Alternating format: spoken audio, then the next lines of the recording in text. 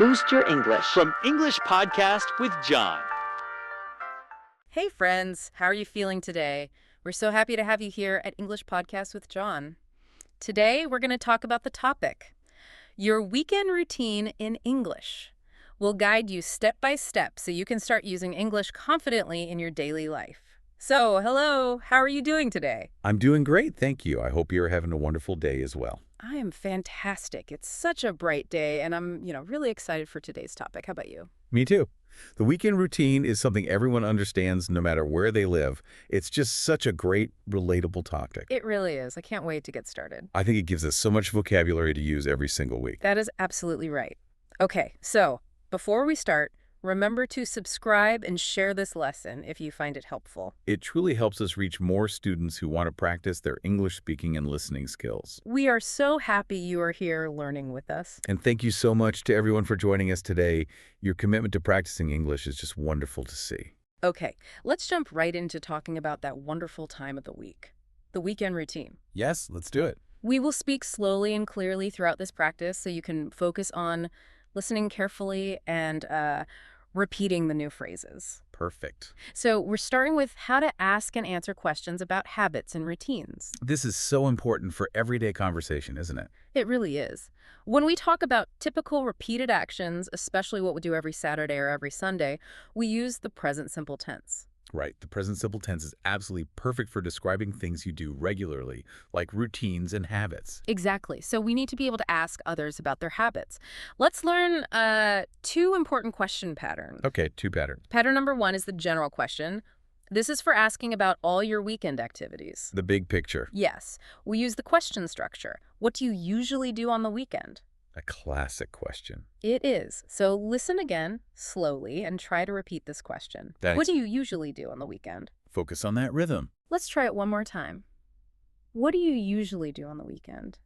So this question is for your normal actions, right? Exactly, the things you repeat often. And when answering, we often use words like usually or sometimes. So what's a natural way to answer that question? Well, a good, clear way to answer is to state your main activity. For example, I usually relax and spend time with my family. That's a great, simple answer. And I notice you use the word usually right before the main verb, relax. Yes, and that shows it's a habit, not just a one-time activity. Got it. Now, let's look at pattern number two. This one focuses on a specific day or specific plans you might have. Okay, so getting more specific. Right. The first question is, do you have any plans for Saturday? A very common question to ask a friend on a Friday. It is. Okay, listen and repeat the specific question. Do you have any plans for Saturday? One more time. Yes, repeat. Do you have any plans for Saturday? And you could also ask about the other day. Of course. You can just say, what about Sunday? So when we answer these questions about plans, the action is often in the near future. Right. So you can use the simple future tense or the be going to structure. A simple answer is, yes, I will go shopping. Or if you have no plans, you can say, no, I will just stay home. Perfect. That makes the difference very clear. Yeah.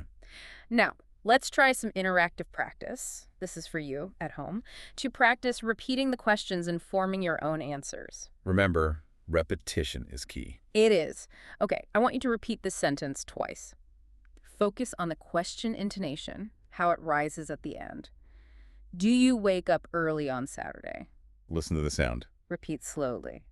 Do you wake up early on Saturday? And one more time. Do you wake up early on Saturday? So if you're someone who loves staying in bed late, how would you answer that? I would say, no, I sleep in. Ah, sleep in. That is a fantastic phrase to learn. It is, isn't it? What does it mean exactly? When we say I sleep in, it means staying in bed longer than usual, past your normal wake-up time. It's a classic weekend activity. The best feeling.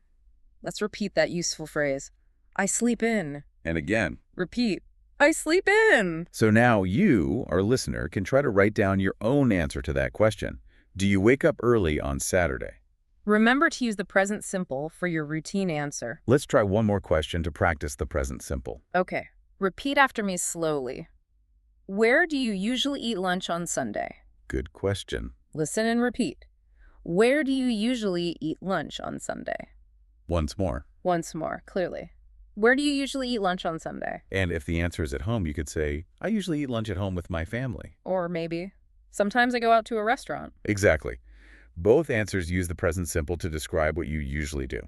Excellent. Remember to keep practicing these questions until you can ask and answer them quickly and easily. It makes a big difference. It really does. Okay, now we are moving to some very common and very useful phrases. The fun stuff. Yes. Phrases native speakers use when discussing their free time and weekend routines.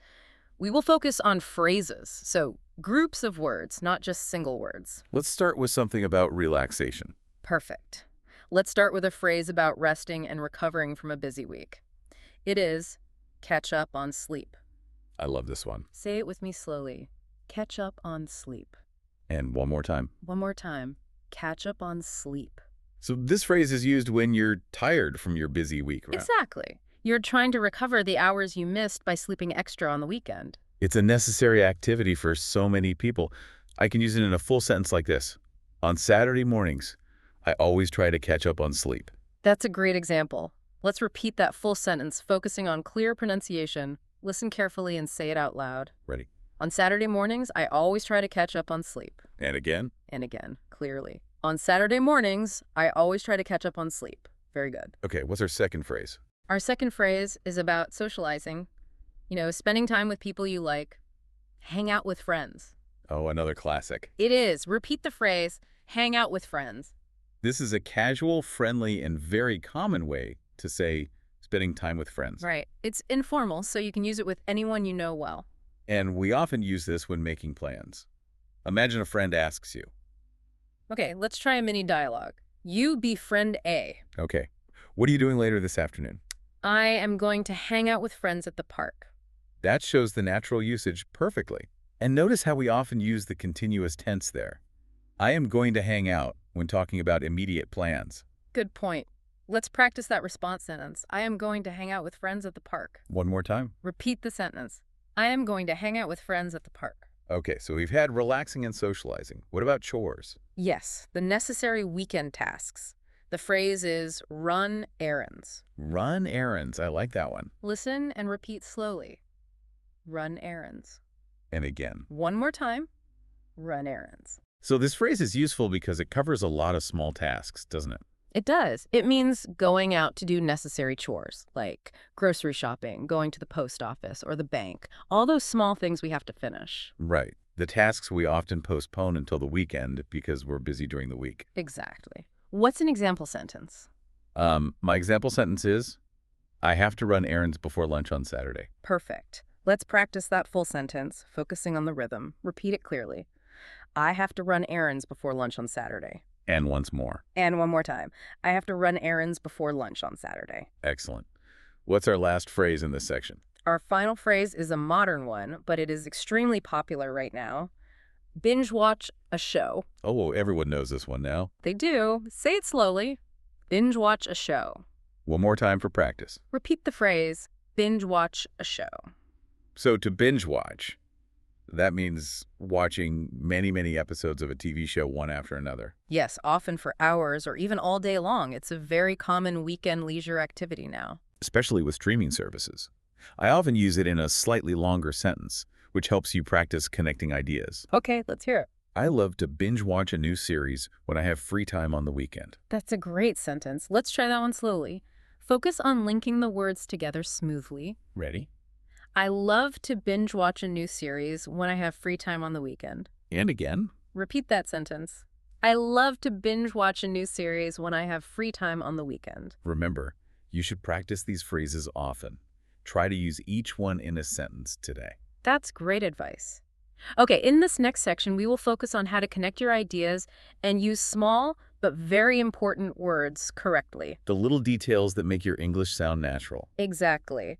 Let's start with prepositions for time. Prepositions tell us exactly when something happens. And they can be tricky.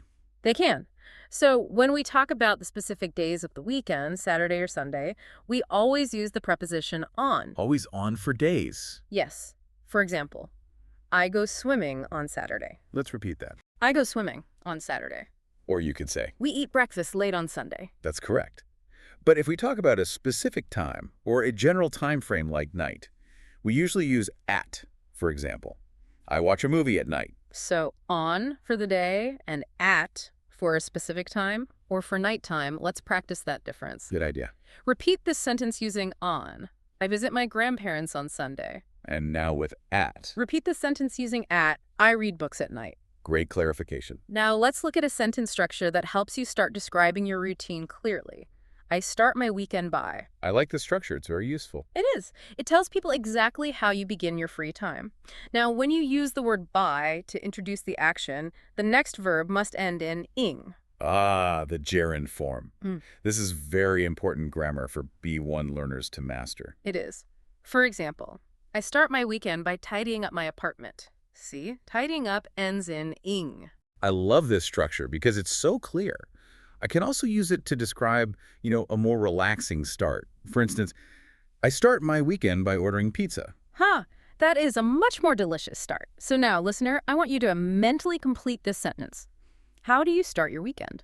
Think of a verb and make sure it ends in ing. Maybe you start your weekend by running or by drinking coffee. Think about it for a second and try to say your full sentence out loud. Let's repeat the structure one last time. I start my weekend by. Okay, so what's next? Next up, simple compound sentences. When you become more confident, you'll want to connect two ideas into one longer sentence. And for that, we use simple connectors like but or and then. These are great tools for B1 level learners. They really are.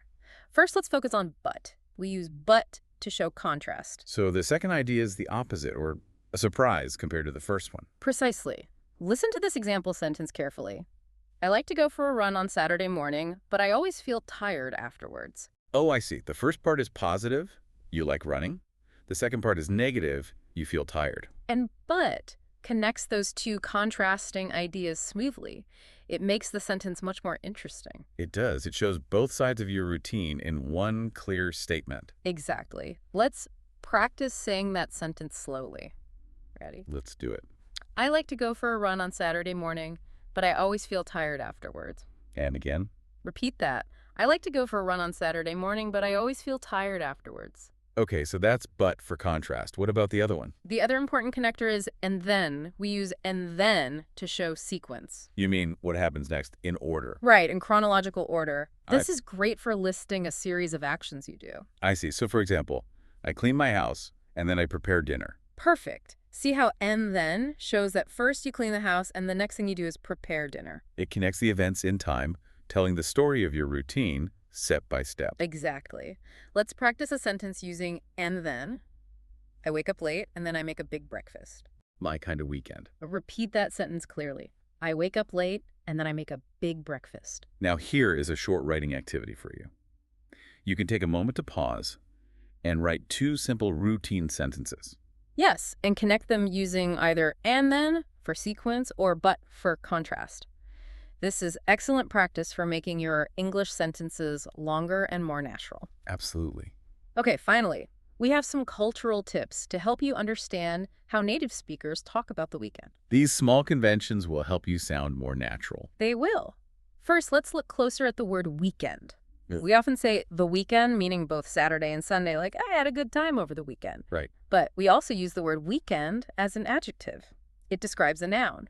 For example, we talk about weekend plans or weekend activities. This is an important point. When you say weekend activities, weekend is like an adjective that tells us which activities you mean. The ones that happen on Saturday and Sunday? Let's practice using it as an adjective. Repeat after me. Do you have many weekend plans? One more time. Repeat. Do you have many weekend plans? Okay, what's the second tip? Our second tip is about informal, casual language. Native speakers sometimes leave out the subject I or my when listing plans. Especially in quick, informal chats or text messages, right? Exactly. So instead of saying the full sentence, I'm going to go shopping later, a native speaker might just say, going shopping later. Or instead of saying, I have to do the laundry, they might just say, need to do laundry. So it makes the conversation faster and more casual. But should learners at the A2 or B1 level use this? That's a really good question. For learners who are still building confidence, we strongly recommend using the full sentence structure. I am going to go shopping. Why is that? It's just clearer, and it's grammatically correct in all situations. It also helps you practice forming full, complete sentences. So, you should notice the casual style, but use the formal full style in your speaking for now. That's great advice. Observe the casual language, but master the full sentence structure first. Exactly. Let's practice the full recommended sentence. I am going to go shopping later. Nice and clear. Repeat the full sentence. I am going to go shopping later. Okay, one last phrase for this section. Yes, let's finish with a very simple and useful idiomatic phrase. Time off. Time off. I like it. Listen and repeat slowly. Time off. Again. One more time. Time off. So time off just means free time, right? Time away from work or school. Exactly. It's very versatile because it can mean a weekend, a holiday, or a vacation. And it's usually used when we are looking forward to the rest period. For example, you might say, I'm looking forward to some time off. That phrase is so useful, not just for the weekend, but for holidays too. A very valuable phrase to learn. It is. Let's practice that full sentence. Focus on sounding enthusiastic. I'm looking forward to my time off. One last time. Repeat. I'm looking forward to my time off. Excellent. Remember that time off is any period when you don't have to worry about your normal daily responsibilities.